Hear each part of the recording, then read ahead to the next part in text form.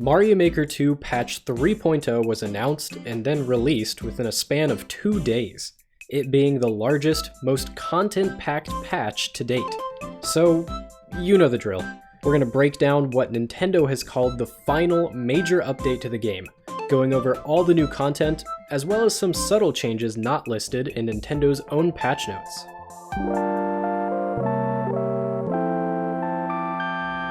Considering the gravity of this update, we're going to need some structure. So I'm going to be starting with all the new power-ups that were added, followed by all the other new course parts, then talk at length about the World Maker and Super Worlds, and finally close out with some minor changes and my thoughts about what this update means for the game. Sound good? Alright, let's not waste any more time. 3.0 brings with it a total of 10 brand new power-ups, the single largest amount of items added at once. And when this isn't even the most talked about addition to the game, you know this update has gotta be good. Let's begin with each of the new exclusive power-ups that were added to their respective game styles. First up, we've got the Super Mario Bros. Exclusive power-up, the SMB2 Mushroom, turning the player into their SMB2 counterpart with a whole new moveset, being able to stand on most enemies and pick them up, as well as charge up a super jump after crouching for a short moment. Unfortunately, taking damage here does revert Mario back into Super Mario, although just like with the Master Sword, makers will make do. This power-up opens up a ton of possibilities. For instance, grabbing and redirecting enemies while in air. Of course, this isn't an item breakdown. Be sure to subscribe and hit the bell so you can be the first to see the eventual in-depth analysis on all of the new course parts I go over here. Next up would be the Super Mario Bros. 3 exclusive, the Frog Suit. You all know what it is. It makes movement underwater much more fluid, while sacrificing speed on land. Something really interesting is that Mario is able to run across the surface of water while both holding an object and maintaining P-speed. I'm very curious to see what kind of speedrun levels come out of this, and it begs the question, did Jesus also have P-speed? Really makes you think. The P-Balloon, or officially named here the Power Balloon, is Super Mario World's exclusive power-up. While it was an extremely underutilized item from its game of origin, its implementation here is arguably much more useful.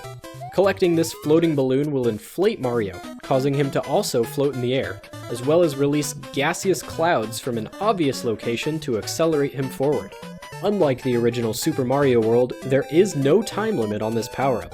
As long as Mario avoids damage, he's free to float away to his heart's content.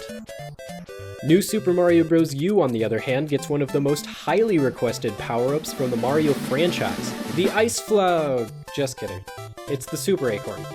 While it might not be what we wanted, it's certainly a welcome addition, as being a sugar glider is way cooler than wearing an orange jumpsuit with a stupid little propeller on it.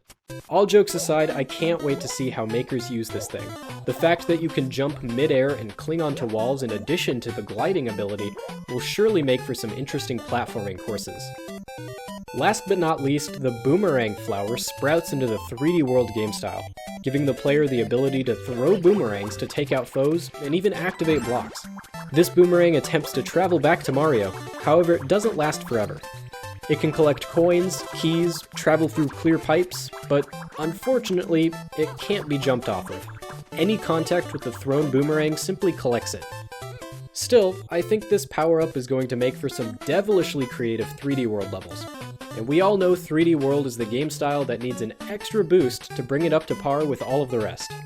Speaking of, not only did each game style get an exclusive power-up, but 3D World also got an additional 5 as well. Now these are a little different, as they are considered wearables instead of just a normal power-up, and are found on a completely separate page in the items section. They all float in the air and are collected on contact, even if Mario already has another power-up. However, if Mario has a power-up that lets him perform special moves, such as the Boomerang Flower or Hammer Suit or something, the wearable will take priority over it. Although he can still perform all the moves from his basic moveset, such as long jumping, wall jumping, spin jumping, and ground pounding. And only one wearable can be, well, worn at one time. Anyways, first of these new power-ups is the Propeller Box. This nifty little wearable allows the player to propel themselves in the air up to 3 times before having to touch solid ground.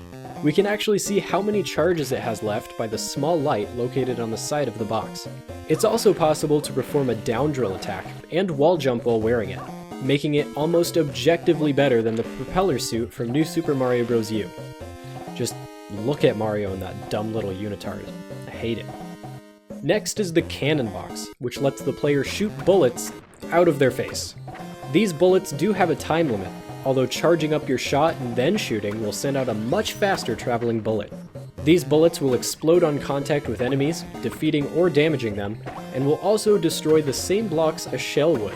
What's interesting is that the explosion also seems to have the damage properties of a thrown shell, not destroying blocks a Bob-omb explosion would, even the charged one. These bullets don't even collect coins or keys, however their explosion will cause coins and 10 coins to fall down. The red POW box causes a red POW block explosion when the player jumps into objects from below. Similar to the propeller box, it only has 3 uses. However, this time, the wearable expires afterwards. It is also possible to see how many uses are left by looking at the letters on the box, as they dim from right to left after each use. And honestly, there's not much more to say about this one.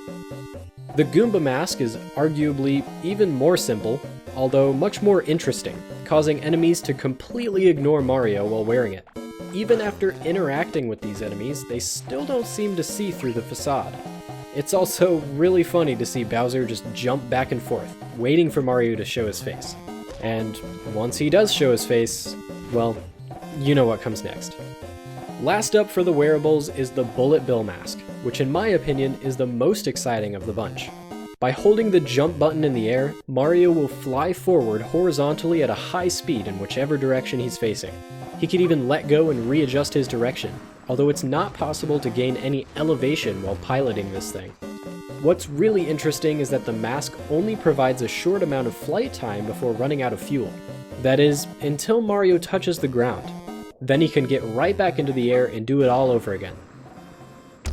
Alright, now for some other new course parts not in the power-up department. Something that wasn't even mentioned in the announcement was the fact that dotted line blocks are now available in the 3D World game style. This would honestly have made for a decent update on its own, but they had so much cool stuff to show off they didn't even feel like mentioning it.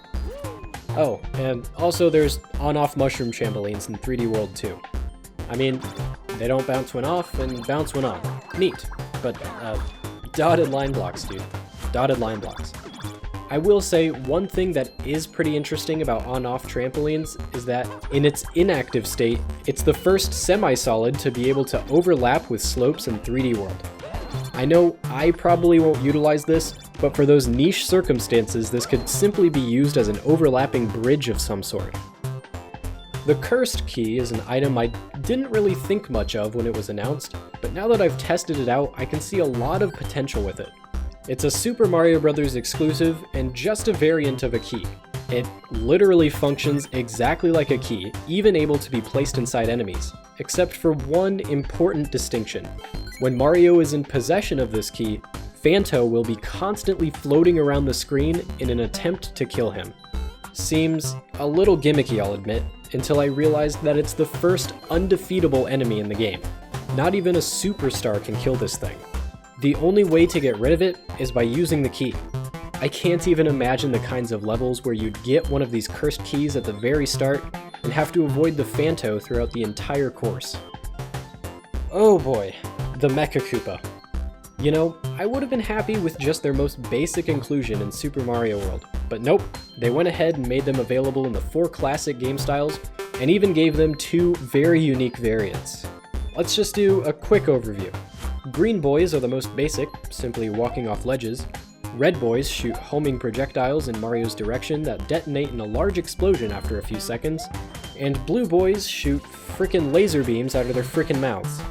These laser beams can only destroy blocks and activate POWs, however give the blue Mecha Koopa a mushroom, and now it's a laser beam that can pierce through every block a Bob-omb can destroy. I have a feeling these are going to make for some really interesting puzzles and really deadly platformers. Finally, as far as course parts go, all 7 Koopalings have been added to Mario Maker 2, each with their distinctive movesets. people have still managed to create fun and interesting boss fights with the limited amount of bosses we have now. So with 7 entirely different bosses being added, that just made things a whole lot more interesting. Or it also just increased the likelihood that we'll see more rooms like this. The good news here is that they have their own part limit of 7 per subworld, meaning you can have all 7 individually, or 7 Iggies like the big-brained level designer you are. Alright, now for the big one. World Maker is a brand new way to create and share your own personal Mario Maker experience with the rest of the world. If you'd like a full tutorial of all the ins and outs of World Maker, make sure to subscribe and hit the bell because I'm actually making one of those as we speak. However, let's still go over all the essentials. World Maker is a new editor included directly below the course editor, which allows you to create your own super worlds. Each super world can have up to 8 worlds within it and up to 40 different courses. So let's talk about making. The World Maker is very similar to the course editor. You've got your eraser, your undo, and your reset rocket right here. Although, obviously there is a lot different here as well. Each world is contained to a single 4x7 grid screen. You've got a bunch of different path tiles, and even just a blank land tile that can have one of the 3 decorations on it. You've also got 2 war pipes at your disposal, which simply connect 2 points on the map without the need of paths between them. These are your bonus rooms, which you can actually choose between 3 different minigames: a card matching game, a button mashing game, and a face smashing into your Switch game. Seriously, I want to fight whoever coded this thing. Finally, you have up to 4 placeable level spaces, on which you can attach any level you've made from CourseBot. These also have a ton of different customization options, allowing for some really unique looking worlds. Speaking of making your worlds look unique, you also have 8 different world themes to choose from. These themes change the look of the world as well as the music. You can add up to 8 worlds to a super world, and each world is limited to 5 levels. You can also choose how many lives the player starts your super world with here. If you'd like to see how your world flows so far, you can playtest it by pressing the minus button. And don't worry, if you don't feel like clearing your course while playtesting, there's an option to instantly clear a level. Once you're satisfied, you can save your super world to WorldBot through this menu. You only have room for 6 super worlds, and only 1 super world can be uploaded to Course World at a time. Also, let's just get this one out of the way. In order for a super world to be uploaded, every level in that super world must be uploaded to Course World as well. By hitting more info on your super world in WorldBot, you can see all of your levels and find out which ones aren't uploaded. There's also a nifty new filter option in CourseBot that can show you which of your levels are part of a given super world. Whew, what's new in Course World? Well, super worlds, of course. By entering the Super Worlds menu in Course World, you can browse through 10 randomly selected super worlds and play them in either single player or local multiplayer. If you don't like what you see, you can refresh to see new ones. And if you're looking for something more specific, you'll have to go directly to a maker's profile, as that's where you'll find their uploaded super world. Now, you might notice some ninjas hanging around uploaded super worlds that you play. These numbers next to levels indicate how many people have cleared it while playing in this mode. If you find these distracting though, you can always turn them off. There are also a bunch of little changes to Course World in this update as well, which I'll try to rapid fire my way through. There's a new friends list section on the leaderboards to stock your friends' stats, but only if you've enabled share to friend list in options. Also in leaderboards, the order of the list of makers you're following has been changed to show whoever uploaded a course most recently first, which is a nice touch. There's also the ability to see your friends' times in Ninja speedruns. Again, only if they've enabled sharing. And holy moly, they added a bunch of new tags for levels. Art, Technical, Shooter, Boss Battle, Single Player, and Link.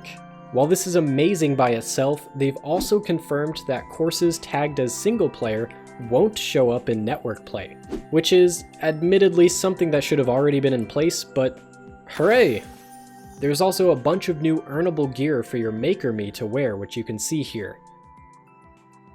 Okay, now let's take a moment to talk about the fact that Nintendo is calling this the final major update. Not final, but final major, which could be interpreted many different ways. But if you're cynical like me, this is a signal that this is the final update that features new content at all, and from here on out, expect nothing more than bug fixes. I mean, it would make sense. While the updates to this game have been miles more exciting than those to the original, the timeline of Nintendo's support to the game seems to line up. A few updates featuring new course parts, a few bug fixes in between and afterwards, and then abandonment. Which, you know, it hurts a little bit. I guess they just don't see the same potential in this game as we do. Although, I do have to admit, just the inclusion of the World Maker drastically increases Mario Maker 2's shelf life, and will bring back a lot of players who are ready to give up on the game. But let me know how you're feeling about this final major patch. Subscribe so you don't miss any new item breakdowns or World Maker tutorials, and I'll see you in the next one.